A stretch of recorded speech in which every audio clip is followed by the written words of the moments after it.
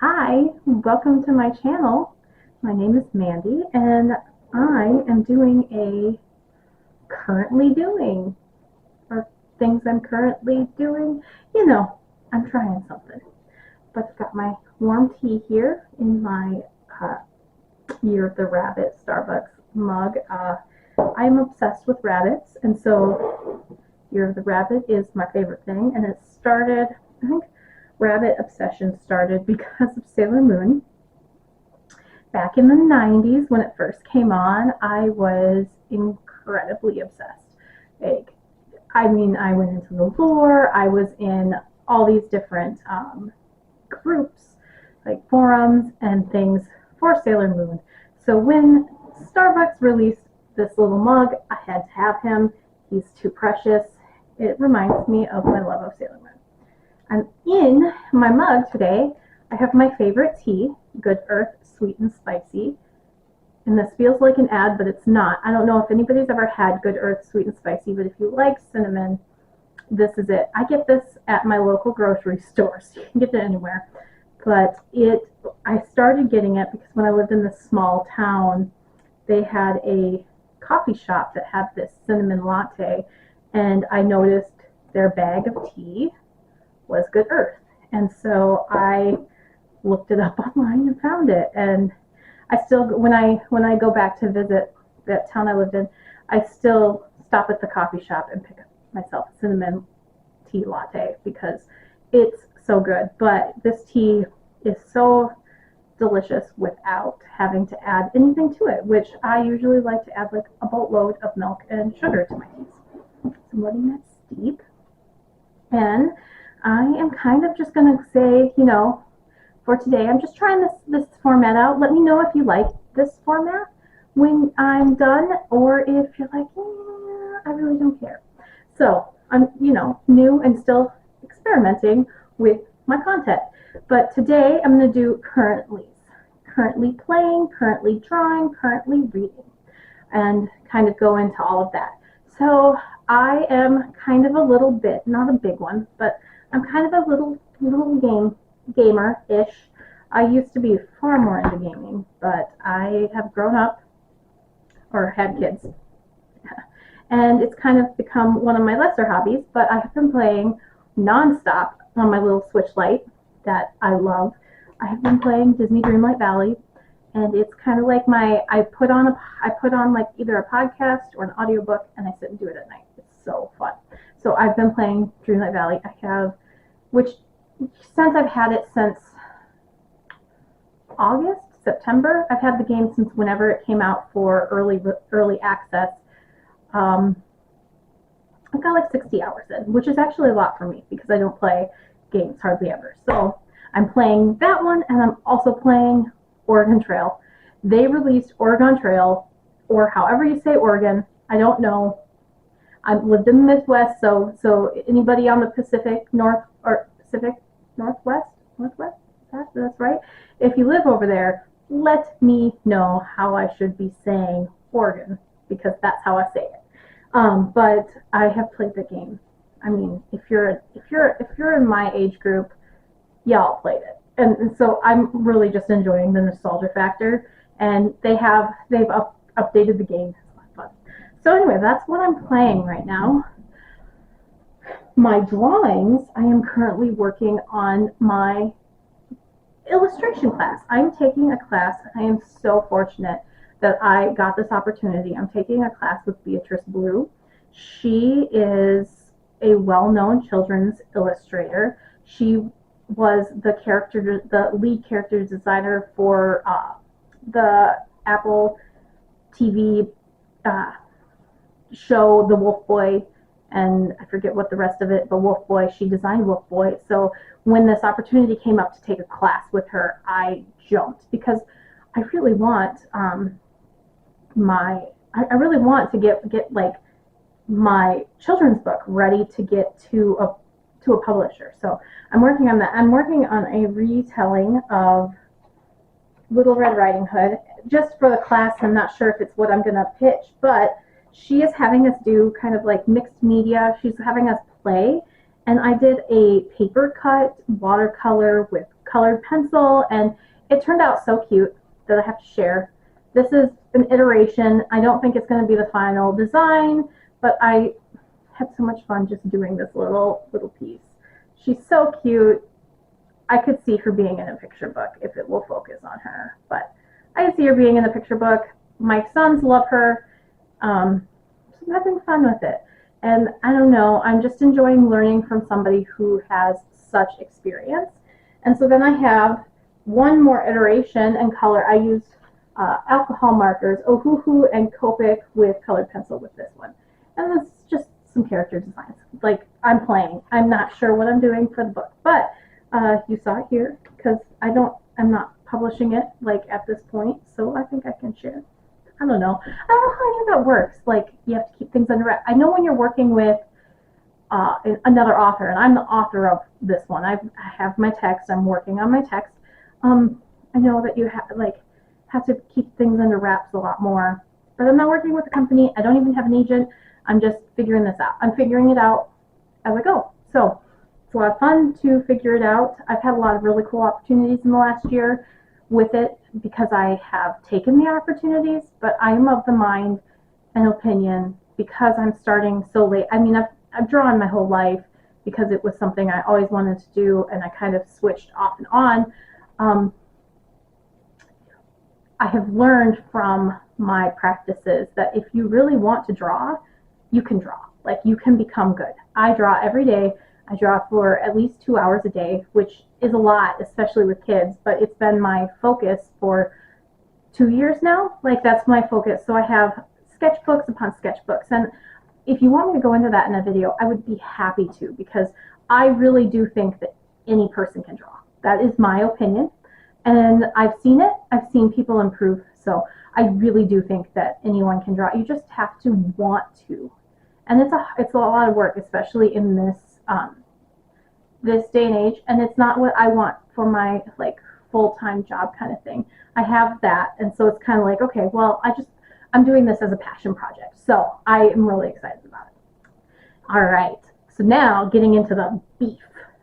Currently reading / DNF / finished. My dog is outside, so you might hear some scratching, but I don't want him to bark, so I'm keeping him out. It is a beautiful sunny day. There's a dog in the neighbor's yard, so just if you hear scratches, that's what that is. So I am sad to report that halfway through the book, I DNF'd Spite House by Johnny Compton. It just I wasn't feeling it. I was listening to the audio, and maybe that was the problem, but I wasn't connecting with the characters. I wasn't connecting with the story. I just didn't care. And it's kind of weird because I usually don't DNF book club books, but there are so many books on my TBR shelf that I'm really excited for. I hear a lot of people love it. It just wasn't for me. And I'm getting a lot of, and I don't know why I wasn't connecting with it. I really don't. And maybe it's something I'll pick up later, but right now it's just not for me, which is fine because I am halfway into what is the author's name? I don't even remember what the author's name is. Oh my goodness. See? Look at this. This is why I should be prepared with these things. I am reading House of Hollow by Crystal Sutherland. I'm reading that for Meg with Books book club. So I'm doing multiple book clubs every month, but I'm doing it for her Patreon book club, and I'm really enjoying it. I'm only 10 chapters in, and the chapters are pretty short, and so I think I'm about 20% into the book. And so far, it's about these 3 sisters that went missing, or they got kidnapped. They're not really sure they got kidnapped, and then was it a month later or something they showed up, and they were 7, 9, and 10 or 11, something around there. But they're sisters, and they came back, and the family thinks they came back wrong. And so then, we're in the future, in their adulthood, and the one sister, it sounds like she's gone missing or they can't find her. I'm not sure. So I'm really excited to see where it's going. It's dark, it's gothic-y, it's British, and I'm really enjoying it. I'm also still reading Lone Women by Victor LaValle.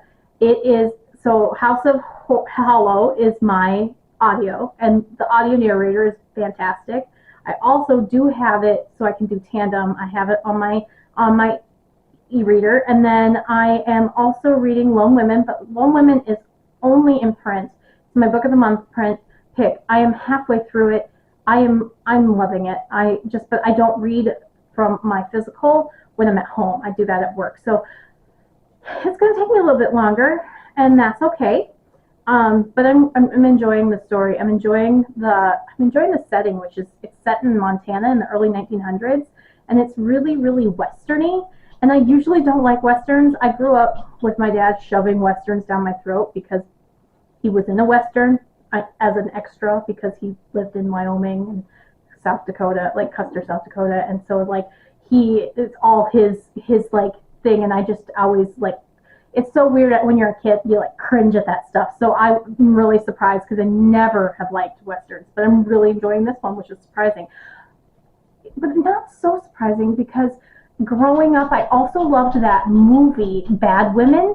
I don't remember who was in that movie, but I remember loving it. I think was Drew Barrymore in it. I think she was. Drew, I'm gonna have to look it up, but Bad Women was a western with 3 women, and I loved it.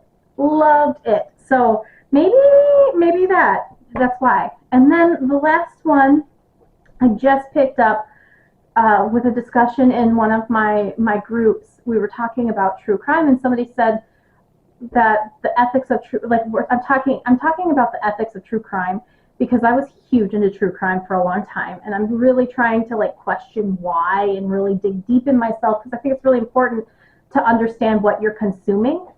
And so I asked the questions like, how do you feel about consuming true crime? Should we be consuming true crime as entertainment? And somebody said, I never thought about the question until I read Devil House by John Darnielle, and it's a fictitious story. It's a horror book, but there's commentary on true crime. So I'm really curious how this works out. So I want to read it because it's been so heavy on my heart, especially lately. I don't know why, especially lately. I think it's just because true crime is so sensationalized. Things have, like the Dahmer show came out, and all these other things about, I've been paying attention to victim advocacy, and so it's just one of those things where I'm digging deep into myself, and I don't have any opinions about anybody else, but I have an opinion about what I can do, and so that's why I'm reading that. I listened to a podcast yesterday with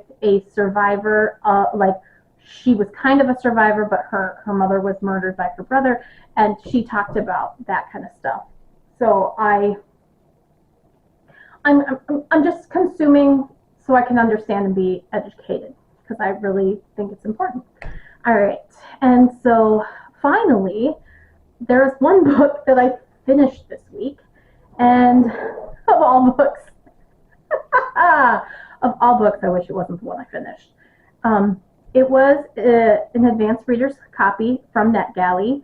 I do want to put that out there. So I mean, it sucks because I know that with the Galley versions of these books, they get them out to people who they think are going to be interested in them. And I was interested, and I have to show you this cover because the cover is what got me. I wanted the book to be the cover because this cover, Mr. Magic by Kiersten White. Yet again, Kiersten White, you got me with your cover.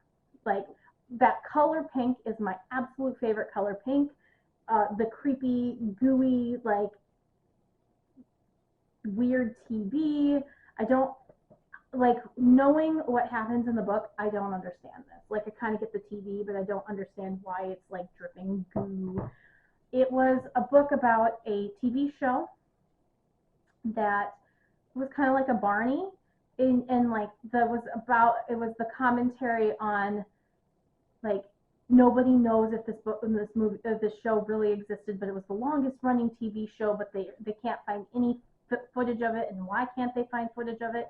And there were religious cult undertones in it, and she gives an author's note at the end that kind of explained where the story came from, which is exactly what she did in Hyde. And I have the same issues with Mr. Magic as I did with Hyde. So I think this book, I just think Kiersten White is not for me. And that is okay. And like, I think you will like this book if you like subtle horror, if you like thriller, but with a little bit of subtle creepy. Because it doesn't get so dark. It does read YA more than I think it reads adult, and there's nothing wrong with that. But I still struggle with them um, advertising this as an adult because it just doesn't feel adult to me. And but it's one of those, like, I get what she was trying to do. I commend her so much for writing this because it's extremely personal to her. But it just fell short for me, and that's okay. I didn't really connect with the characters. I wanted to know what happened with the mystery. Like, I wanted to know that, and it was very compelling, and it kept me wanting to read because she wrote a compelling story. It just one of those that, like, I can see. And if you really liked Hyde, I think you'll like this one. They're completely different stories, but you can tell the same person is writing them. And yeah, and then I think if you like just weird, it's weird, but not like out there weird. I feel like it's more mainstream weird, if that makes any sense. Because I like some really weird books, but this one just kind of fell for me. So hopefully, then next week I will finish House of Hollow, Lone Women, and Devil House. We're gonna see. We're gonna try, but I am really looking forward to continuing to read. I really appreciate if you're watching this video and you watched my Get to Know Me video, my BookTube newbie video. Thank you so much for being here. If you subscribe, thank you so much for subscribing. This has just kind of been something I've wanted to do forever, and I'm really still nervous, and I'm still figuring things out. And I'm loving getting to chat with people about books, because at the end of the day, that's kind of where I really like to be, is talking about books, talking about art, talking about the things I love, and being passionate about those things. And so, yeah, I hope next week I can get filmed my book recommendations for people who want to start drawing. And that's like really important to me. It is such a passion that I've picked up, and I've made my friends like, you can do it. And I kind of push on these books. These are the books that I've bought for people many times and that I go back to. So I'm hoping that I can get that done, and I'm hoping that I can do another vlog, but we'll see. I don't know. I'm still figuring out my filming schedule and still figuring this all out. So I really just appreciate you so much. And if you're new and this is your first video, thank you for being here as well. And if you got to this point, go ahead and leave me a purple heart emoji, because it is my favorite and I'm just feeling it. Or like, talk to me about like any of the things that I mentioned. I really appreciate it. Like this video, subscribe, come back, and yeah, have a really great day. Because go have a cup of tea, because I tell you, there's nothing better than a mid-afternoon tea. Like, I don't know why when I was younger I didn't enjoy it, but I do now. So thank you so much. Bye.